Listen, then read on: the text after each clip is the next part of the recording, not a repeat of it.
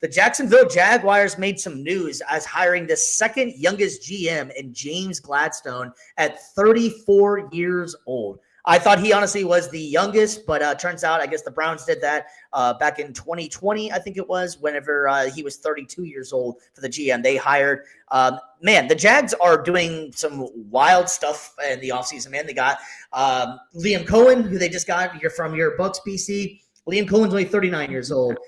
They have a bunch of guys that do not have experience right now in the positions that they're in. Yep. BC, man, Liam Cohen's coming over from your old team.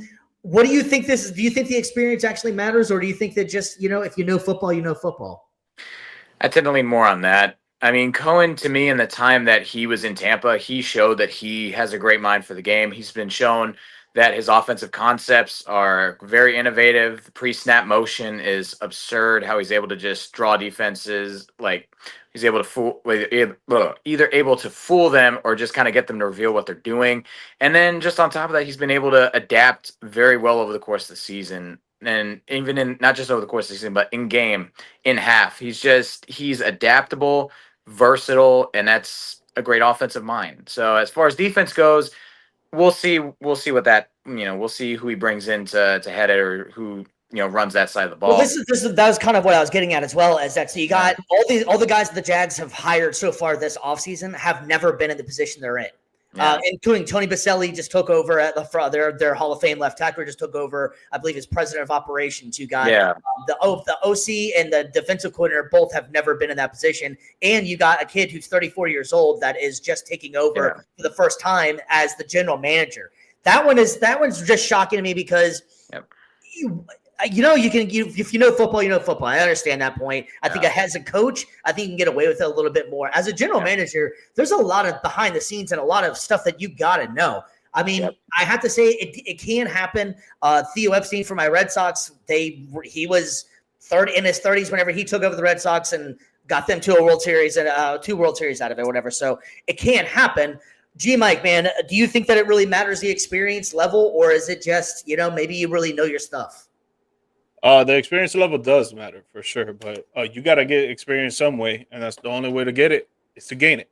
And I feel like if they know something that he has the it factor of, I could run an organization, I could make some good trades, I could make some good signings, I know exactly who to bring in, I know who to push out, and stuff like that. I feel like you just know what you know, man. And if he knows football and he knows how to be a general manager, he doesn't have experience, but if he knows what he knows, then they know it. If you get what I'm saying, there has to be a reason why they hired him, right? It can't just be like, let's just grab this guy off the street. Because if not, I would have applied. You feel me? But like, they know something that we don't know, and to be in a position like that in a league that makes millions and millions and millions of dollars a day, there is something that he has that we don't know about, that they know about, and they wanted him to bring it to Jackson. Just doing a little research into it too. I knew they were pretty young whenever they hired. So the OC they just hired is 29 years old, and the DC, I guess, is 42. So, you're right. The only thing with age is that you have more experience, for sure. But that doesn't mean you're more skillful. That doesn't mean you have more intelligence. That doesn't mean jack shit, really. I mean, it either goes down as this is genius. I mean, who would have thought Sean McVay would be Sean McVay? Then he was a young guy at one point in time. I just think that the GM position, that one is just, you got to work with contract. There's a whole lot more. I think with that one, I think that is kind of more shocking. I think with the coaches, if you get somebody that understands how to do things and they click, they work together well, and the players buy into it, fine. But the GM, that's a whole other thing, man. Like, for instance, I mean, like, let's just go hypothetical, man. Like, go back to like a Terrell Suggs or a James Harrison or one of those guys. Can you imagine that 34-year-old kid going up, hey, Mr. Harrison, you need to show up on time or you're going to be cut or something? You know what I'm saying? Like, I just feel like there's got to be a level of they have to buy in. If they buy in, then fine. I'll be a moron on it. But I'm just saying that there's just a certain level that I think you need to have some experience. Now, the kid did have experience. He did start with the Rams, and he worked his way almost like an Eric Spoelstra did. He was lower level and kept on working his way through the organization. I don't know. It just seems like at a very young age to be in that position. Maybe an assistant GM and then works his way to the head. But I don't know. That's just kind of shocking to me. I think it all depends. Oh, go ahead. No, I was just gonna say, to me, it doesn't really matter. That's like, I don't want to turn this into politics, but just to say the quick comment on it, on how we keep our politicians old as hell, over 50 years old. Why? Because they're older? That doesn't mean anything. Because they know how to play the game. That's why. Yeah. They know how to play the game. That's what if this guy has been playing Madden since he was a kid, and he's been doing the GM franchise forever, and he knows exactly what he's doing? That's how the New York Jets do their GM scouting, apparently, because they were supposed to make a trade and his Madden rating wasn't high. So I guess that's the new way to do things. Yeah. Right. Yo, don't knock it. Sometimes I really believe, when it comes to coaches, I really believe that they should play Madden so they can learn some damn plays, because sometimes these coaches out here be running some plays that I'm just like, straight cocky. What the hell's going on? Yeah, cocky as hell. Yeah. Well, two things. One, five-time Super Bowl champion in Madden with my Bucks in GM mode. So I'm just saying, I know how to run frame. Hey, no. Hey, pro mode. Rookie. He's on rookie. I'm on pro. Shut up. I'm on pro. Oh man. Anyway, but two, I think also it depends on as well, like with the culture that you got in Jacksonville. If it's a lot of young, they've always kind of lent young, especially with this squad that they've got up. So I think it does make a little bit of sense having somebody that's a little closer in age to these guys.